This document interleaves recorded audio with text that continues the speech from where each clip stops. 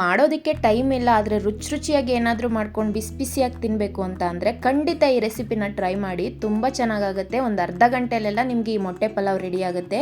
ಹೇಗೆ ಮಾಡ್ಕೊಳ್ಳೋದು ಅಂತ ನೋಡ್ಕೊಳ್ಳಿ. ಜಾರ್ಗೆ ಖಾರಕ್ಕೆ ತಕ್ಕ ಹಾಗೆ ಹಸಿಮೆಣಸಿನ್ಕಾಯಿ, ಒಂದು 3 ಗಡ್ಡೆ ಬೆಳ್ಳುಳ್ಳಿ, 1-2 ಇಂಚು ಶುಂಠಿ, ಒಂದು ಅರ್ಧ ಈರುಳ್ಳಿ, ಸ್ವಲ್ಪ ಕೊತ್ತಂಬರಿ ಸೊಪ್ಪು, ಪುದೀನ ಸೊಪ್ಪು, ಮಸಾಲೆಗೆ ಅಂತ ಚಕ್ಕೆ ಲವಂಗ ಏಲಕ್ಕಿ ಮೆಣಸು ಎಲ್ಲ ಹಾಕ್ಕೊಂಡು ನೀರು ಹಾಕ್ಕೊಂಡು ನೀಟಾಗಿ ಪೇಸ್ಟ್ ಮಾಡ್ಕೊಳ್ಳಿ. ಈಗ ಒಂದು ಪಾತ್ರೆಯನ್ನಿಟ್ಟು ಅದಕ್ಕೆ ಸ್ವಲ್ಪ ಎಣ್ಣೆನ ಹಾಕ್ಕೊಂಡು ಒಂದು 3 ಈರುಳ್ಳಿನ ಉದ್ದುದ್ದ ಕಟ್ ಮಾಡಿ ಸೇರಿಸ್ಕೊಂಡು ಅದ್ರ ಜೊತೆ ಪಲಾವ್ ಎಲೆ ಮತ್ತೆ ಒಂದು ಕಲ್ಲುನ ಹಾಕೊಂಡು ಫ್ರೈ ಮಾಡ್ಕೋಬೇಕು. ಇದ್ರ ಜೊತೆನೆ ಸ್ವಲ್ಪ ಕಟ್ ಮಾಡಿರೋಂಥ ಪುದೀನ ಸೊಪ್ಪು, ಕೊತ್ತಂಬರಿ ಸೊಪ್ಪನ್ನ ಹಾಕಿ ಫ್ರೈ ಮಾಡ್ಕೊಳ್ಳಿ. ಈರುಳ್ಳಿ ಸ್ವಲ್ಪ ಕೆಂಪಾದ್ಮೇಲೆ 3 ಟೊಮೆಟೊನ ಈ ರೀತಿ ಕಟ್ ಮಾಡಿ ಸೇರಿಸ್ಕೋಬೇಕು. ಟೊಮೆಟೊ ಸ್ವಲ್ಪ ಬೇಗ ಮೆತ್ತಗಾಗ್ಲಿ ಅಂತ ಸ್ವಲ್ಪ ಉಪ್ಪು, ಸ್ವಲ್ಪ ಅರಿಶಿನ ಹಾಕಿ ಟೊಮೆಟೊ ಮೆತ್ತಗಾಗೋವರೆಗೂ ಫ್ರೈ ಮಾಡ್ಕೊಳ್ಳಿ. ಟೊಮೆಟೊ ಸ್ವಲ್ಪ ಮೆತ್ತಗಾಗ್ತಿದ್ದಾಗೇನೆ ಆಗ್ಲೇ ರುಬ್ಬಿಟ್ಕೊಂಡಿರೋಂಥ ಮಸಾಲೆನ ಹಾಕೋಬೇಕು. ಈ ಮಸಾಲೆ ಎಲ್ಲ ನೀಟಾಗಿ ಎಣ್ಣೆ ಬಿಟ್ಕೋಬೇಕು, ಅಲ್ಲಿವರೆಗೂ ಫ್ರೈ ಮಾಡ್ಕೊಂಡ್ರೆ ಸಾಕು. ಮಸಾಲೆಗೆ ತುಂಬಾ ನೀರು ಹಾಕೊಂಡು ರುಬ್ಕೋಬಾರ್ದು.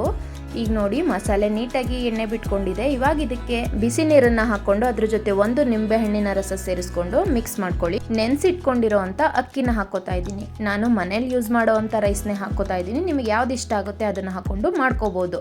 ಇವಾಗ ಇದನ್ನ ಒಂದ್ಸಲ ನೀಟಾಗಿ ಮಿಕ್ಸ್ ಮಾಡ್ಕೊಂಡು ಉಪ್ಪನ್ನ ಚೆಕ್ ಮಾಡ್ಕೊಳ್ಳಿ. ಉಪ್ಪು ಕಡಿಮೆ ಇದ್ರೆ ಸೇರಿಸ್ಕೊಳ್ಳಿ. ಈಗ ನೋಡಿ ರೈಸು ಒಂದು 1/4 ಭಾಗ ಬೆಂದಿದೆ. ಇವಾಗ ಇದಕ್ಕೆ ಮೊಟ್ಟೆನ ಒಡೆದು ಸೇರಿಸ್ಕೊತಾ ಇದ್ದೀನಿ. ಈ ರೀತಿ ಮೊಟ್ಟೆ ಒಡೆದೇ ಸೇರಿಸ್ಕೊಳ್ಳಿ, ಟೇಸ್ಟ್ ತುಂಬಾ ಚೆನ್ನಾಗಾಗುತ್ತೆ. ಮೊಟ್ಟೆನ ಈ ರೀತಿ ದೂರನೇ ಹಾಕೋಬೇಕು, ಮಿಕ್ಸ್ ಮಾಡಬಾರ್ದು. ಹಾಗೇನೆ ಒಂದು ಪ್ಲೇಟ್ನ ಮುಚ್ಚಿ ಏನಾದರೂ ಭಾರನ ಅದ್ರ ಮೇಲೆ ಇಟ್ಟು ಆಗಲೇ ಹೆಂಚು ಕಾಯ್ಲಿಕ್ಕೆ ಇಟ್ಕೊಂಡಿದ್ದೆ, ಅದ್ರ ಮೇಲೆ ಸಿಮ್ಮಲ್ಲಿ ಒಂದು 10 ನಿಮಿಷ ಬೇಯಿಸ್ಕೊಂಡ್ರೆ ಸಾಕು.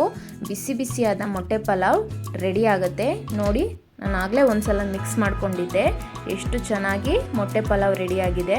ಇದನ್ನ ಬೇಕಾದರೆ ನೀವು ಕುಕ್ಕರಲ್ಲೂ ಮಾಡ್ಕೋಬೋದು. ನಾನಿಲ್ಲಿ ಜಾಸ್ತಿ ಮಾಡ್ತಿರೋದ್ರಿಂದ ಪಾತ್ರೆನಲ್ಲಿ ಮಾಡ್ಕೊಂಡಿದ್ದೆ. ನೋಡಿದ್ರಲ್ಲ ಎಷ್ಟು ಉದ್ರುದ್ರಾಗಿ ಮೊಟ್ಟೆ ಪಲಾವ್ ರೆಡಿಯಾಗಿದೆ.